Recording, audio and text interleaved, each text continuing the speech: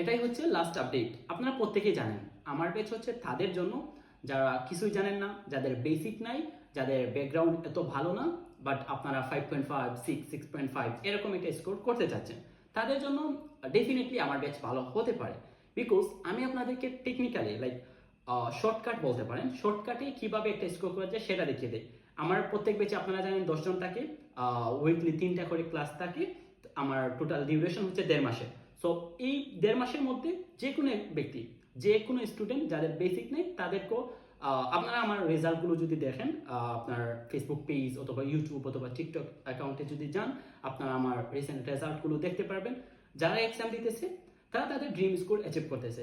Definitely 6 6.5 এরকম বেশি, 7 এরকম কম আসতেছে। বিকজ আমার স্টুডেন্ট থাকে 10 জন, প্রত্যেক ব্যাচে 10 জন থাকে। 10 জনের মধ্যে মনে করেন 2 জন এক্সাম দেয়, 2 জনই তাদের ভালো স্কোর করে, মানে তাদের ড্রিম স্কোর করে।